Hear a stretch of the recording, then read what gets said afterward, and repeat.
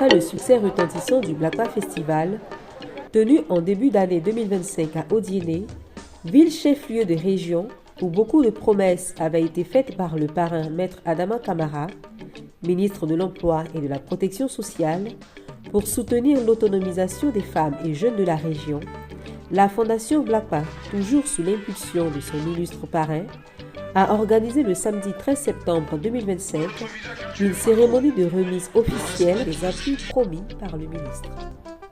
Ponctuée par un défilé des coopératives de femmes du Vivrier, de jeunes et autres forces vives économiques de la localité.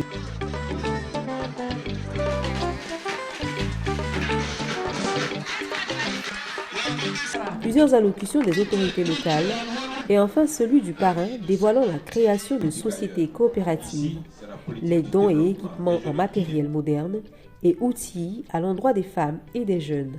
Dirigeant avec dévouement et maestria la Fondation Blakwa, c'est avec beaucoup d'émotion que Mme Zadi Ivoire Estelle, épouse Yao, a rendu un vibrant hommage au parrain.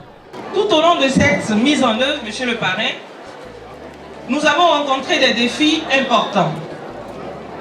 Cependant, grâce à votre soutien et à l'engagement de notre équipe, ainsi qu'à l'appui du comité local, nous avons su adapter nos stratégies pour surmonter ces difficultés. En regardant vers l'avenir, nous avons l'espoir que, grâce à l'engagement de Maître Adama Camara, nous pourrons étendre le programme à d'autres régions, tout en diversifiant les secteurs d'activité impactés. Monsieur le parrain, votre engagement est un exemple à suivre et inspire non seulement nos bénéficiaires, mais également toute la communauté. Les femmes des coopératives de vivriers du Kabadougou ont présenté leurs produits exposés, puis exprimé leur gratitude à son endroit. À Odiéné, c'est difficile d'entreprendre, mais avec ce que le ministre Adama Camara vient de faire, vraiment c'est un grand ouf de soulagement pour la population, surtout nous les femmes d'Odiéné, parce que désormais nous serons autonomes financièrement et on pourra vraiment subvenir aux besoins de nos familles et de nos communautés. La délégation des autorités a visité un atelier de couture, puis une pâtisserie. Ça se passe très bien avec les dames. Je m'entends parfaitement avec les dames. Et la formation en théorie ou en pratique, tout s'est bien déroulé. Un grand merci à la Fondation Blakwa et un grand merci aussi à notre Boyo Baya qui est Maître Camara. Ensuite, à l'unité de transformation de manioc en atiéké, où les femmes Hatchan présentes pour la transmission de leur savoir-faire se sont exprimées.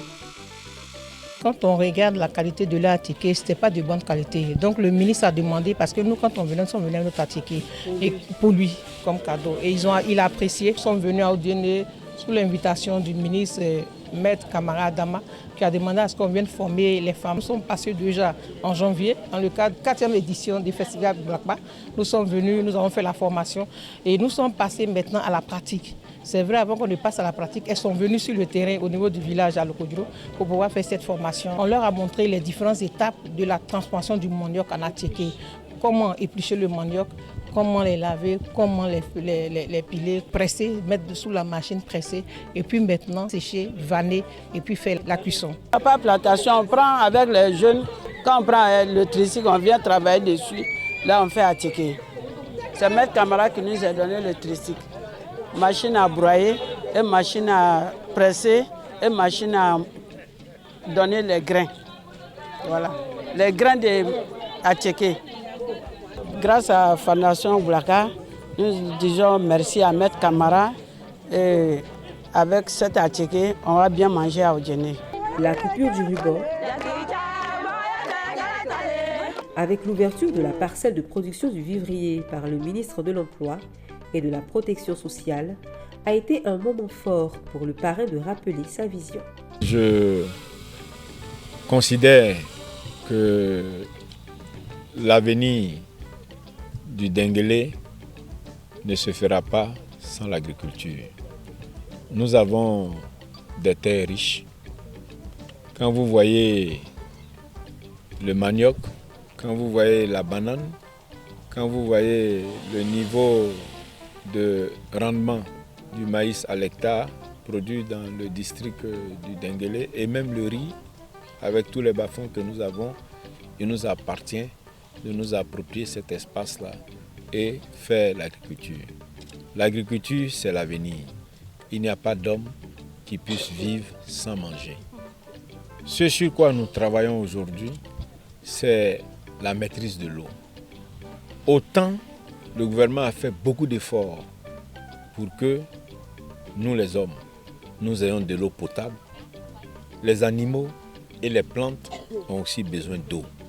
La maîtrise de l'eau pour les animaux et les plantes, ça va être notre prochain combat pour que la rentabilité au niveau des productions des céréales dans notre zone soit véritablement une réalité et cela devrait nous permettre d'atteindre nos objectifs, de faire partie des greniers de la Côte d'Ivoire. Les femmes, avec des chants, lui ont témoigné leur infinie gratitude.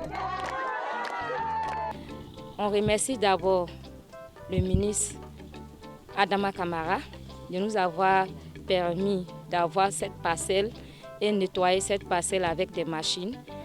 Et on remercie également la Fondation Blakpa. On remercie également le conseil régional de Kabadougou, dont à la tête M. Kone Suleiman. Nous allons cultiver ici les produits maraîchers, les légumes comme la tomate, les piments, l'aubergine, salade, tout ce qui concerne les légumes parce qu'il y a une certaine pénurie de légumes ici à Odiéné. Et nous allons cultiver aussi d'un côté le maïs, le riz, l'arachide. C'est dans une liesse populaire qu'a pris fin cette fête de l'autonomisation des femmes de la Fondation Blakpa.